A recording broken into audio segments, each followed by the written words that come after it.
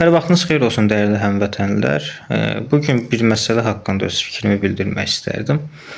Əslində bir qədər gecikmiş ola bilərəm bu məsələ ilə bağlı fikir bildirməyə. Onun da səbəbi var. Əslində mən bu problem yarananda mən bir qədər gözlədim ki, digər insanların və yaxud da vətəndaşların belə deyək də göstərdiyi etirazlar hansı səviyyədə olacaq, onların fikirləri nə yerdədir. Mən hətta dövlət belə deyək də kanalları da səhv etmirəmsə bu barədə məlumat vermişdi.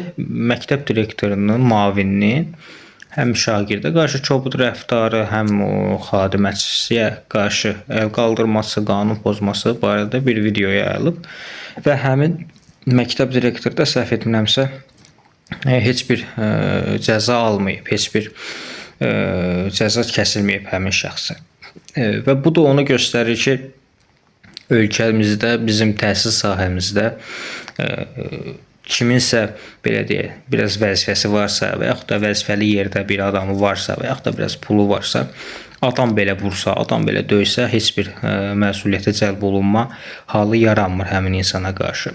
Bu məsələ də ayrı bir məsələdir və cəmiyyətimizin bu məsələyə qarşı belə deyək də öz etirazlarının zəif şəkildə bildirməsi, öz etirazlarını, öz hüquqlarını zəif şəkildə tələb etməsi də başqa bir problemdir, başqa bir məsələdir. Biz bu barədə də geniş danışmışıq keçən mövzularımızda. Bilirsiniz, əslində təhsil sahəsində bu boşluqları mən əslində o videonu görəndə o qədər də təəccüblənmədim. Niyə də təəccüblənim axı? Çünki gəlin məntiqlə düşünək.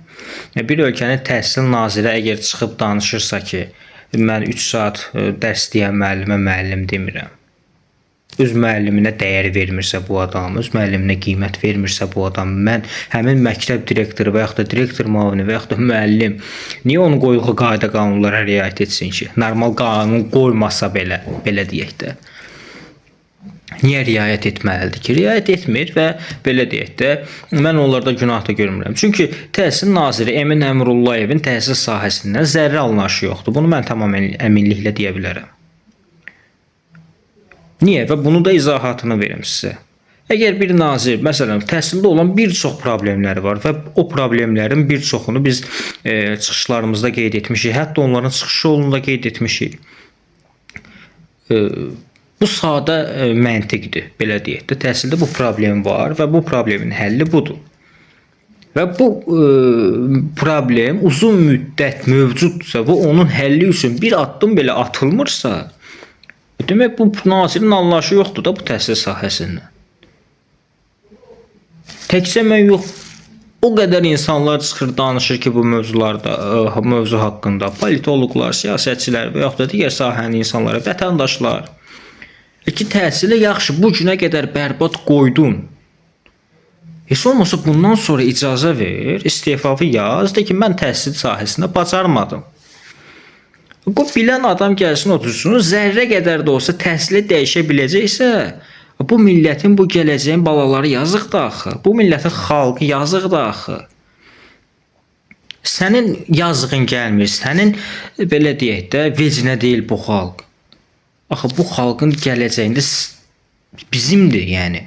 Nazir də olsa, deputat da olsa, vətəndaş da olsa, hər biri bir vətəndaşıq, Azərbaycan Respublikasının vətəndaşıyıq və gələcək olaraq bizlər özümüz gələcəyimizi qurmalıyıq. Və bu tipli nazirlər, ancaq kresloda yapışan nazirlər, təkcə Emin Əmrullayevlə söhbət getmirdi, ümumiyyətlə deputat olsun, nazir olsun. Bunlar onu düşünə bilmir. Ki, fikirləşmir ki, 20 ildən sonra, 30 ildən sonra və yaxud da müəyyən bir müddətdən sonra biz olmayacaq.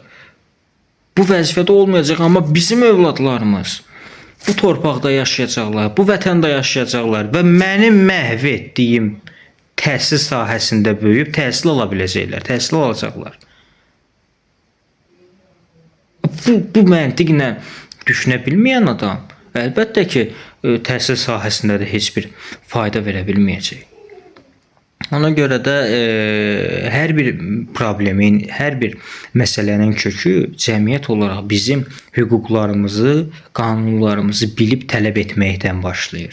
Hər bir istənilən problemin kökü məhz bundan başlayır. Ona görə də gəlin, mən hər çıxışımın sonunda qeyd etdiyim kimi, gəlin hüquqlarımızı bilək, gəlin hüquqlarımızı tələb edək.